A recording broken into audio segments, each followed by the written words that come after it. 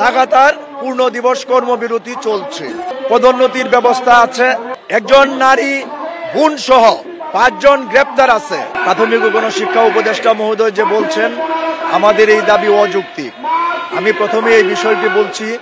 বিগত 8ই আগস্ট 2025 প্রাথমিক ও গণশিক্ষা মন্ত্রণালয় থেকে সহকারী শিক্ষকের 11তম গ্রেডের প্রস্তাব জাতীয় বেতন কমিশনে পাঠানো হয়েছে। উনার মন্ত্রণালয়ে এই চিঠি এখানে আছে, আপনাকে দিব যদি। এবং সেই 11তম গ্রেডের যে প্রস্তাবনা পাঠানো হয়েছে সেই জায়গাটিতে সুস্পষ্টভাবে সহকারী শিক্ষকের 10ম গ্রেডের অন্যান্য ডিপার্টমেন্টের সাথে যৌক্তিকতা তুলে ধরা হয়েছে। ওই চিঠিতেই আমরা সহকারী শিক্ষকের 10ম গ্রেডে চেয়ে আসছিলাম। পরবর্তীতে সরকার 11তম গ্রেডের বিষয়টা আমাদেরকে বলছিল যে এটা তো আসলে অর্থ মন্ত্রণালয়ে পাঠাবে, না পাঠিয়ে উনারা জাতীয় বেতন কমিশনে পাঠিয়েছেন। পরবর্তীতে দেখলাম যে ওই চিঠিতে উনারাই 10ম গ্রেডের যৌক্তিকতা ব্যাখ্যা করছেন।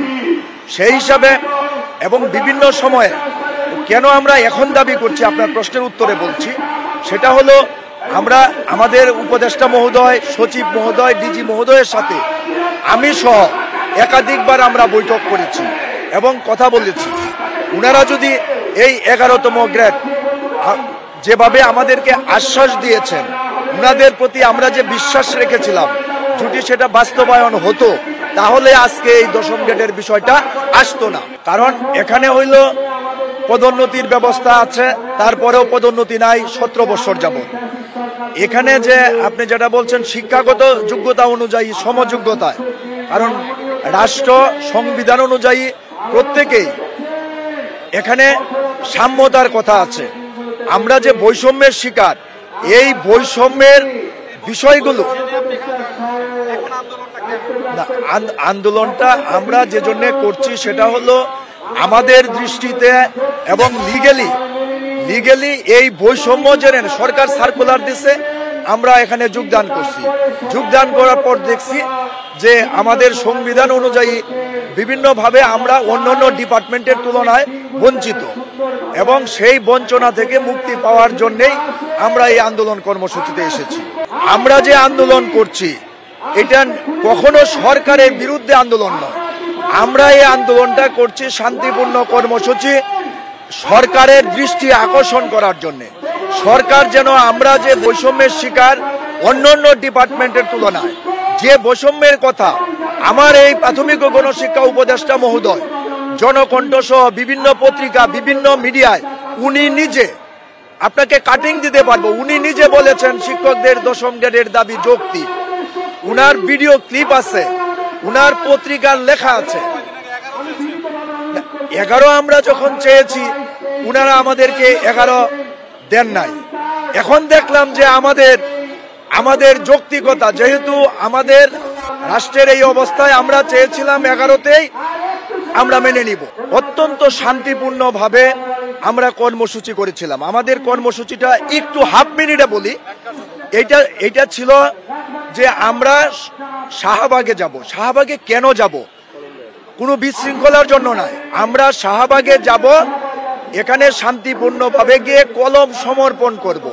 কেন কলম না, এই ধরনের কোনো লক্ষ্য উদ্দেশ্য আমি একটু পূর্বেও বলেছি, পুলিশ কোনো ভিডিও অডিও দেখাক যে আমাদের সাথে কোনো কথা বলেছে, ন্যূনতম কোনো কথা কাটাকাটি হয়েছে, আমরা ব্যারিকেড ভাঙার চেষ্টা করেছি, এই ধরনের কোনো ঘটনা নাই।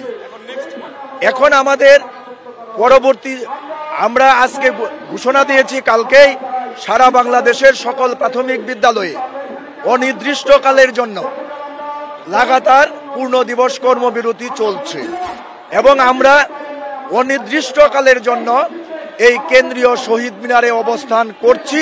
সারা দেশের শিক্ষকরা আমাদের সাথে যোগ দিবে। এবং যদি এই আমার ইতিমধ্যে মাহবুব সহ একজন নারী বোন সহ 5 জন গ্রেপ্তার আছে,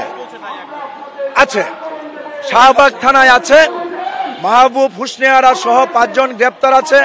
অনতি বিলম্বে নিঃশর্তভাবে তাদের মুক্তি না দেওয়া পর্যন্ত, এবং পুলিশ আহত হয়েছে আমার প্রায় 200 শিক্ষকের মতো। এই প্রতিবাদে আমরা কিন্তু কলম সমর্পণ করে যে আমাদের উপদেষ্টা আমাদের সচিব ডিজির হাতে কলম নাই শিক্ষকের জন্য ওই প্রজ্ঞাপনে সই করার প্রতীকী হিসাবে আমরা কলম সমর্পণ করে আমাদের কর্মসূচি শেষ করতাম। আমরা কিন্তু কেন্দ্রীয় শহীদ মিনারে থাকতাম না, স্কুলে আজকে লাগাতার কর্মবিরতি হইতো না। এইটা বাধ্য করেছে আমাদেরকে এই পুলিশ প্রশাসন এবং আমাদের মাননীয় প্রাথমিক ও গণশিক্ষা উপদেষ্টা মহোদয়ের যে বিবৃতি, অযৌক্তিক বিবৃতি যে তিনি দিয়েছেন, এর প্রতিবাদে। এবং আমরা শুধু তাই না, হ্যাঁ নিঃসন্দেহে ইতিমধ্যে আমরা যদি উনার ওই বক্তব্য আমাদের দাবি অযৌক্তিক এবং আমরা মনে করি উনার ওই বক্তব্যের প্রেক্ষিতে শাহবাগ থানার ওসিও আমাদেরকে বলেছে আপনাদের উপদেষ্টাই তো বলছে আপনাদের এটার ভিত্তি নাই, কাজেই আমরা আমাদের প্রাথমিক গণশিক্ষা উপদেষ্টার পদত্যাগ দাবি করছি এবং স্বরাষ্ট্র উপদেষ্টার পদত্যাগ দাবি করছি। এই সাথে যারা শিক্ষকদের উপর এই বর্বরোচিত হামলা চালিয়েছে তাদেরও আইনের আওতায় এনে দৃষ্টান্তমূলক শাস্তির দাবি করছি।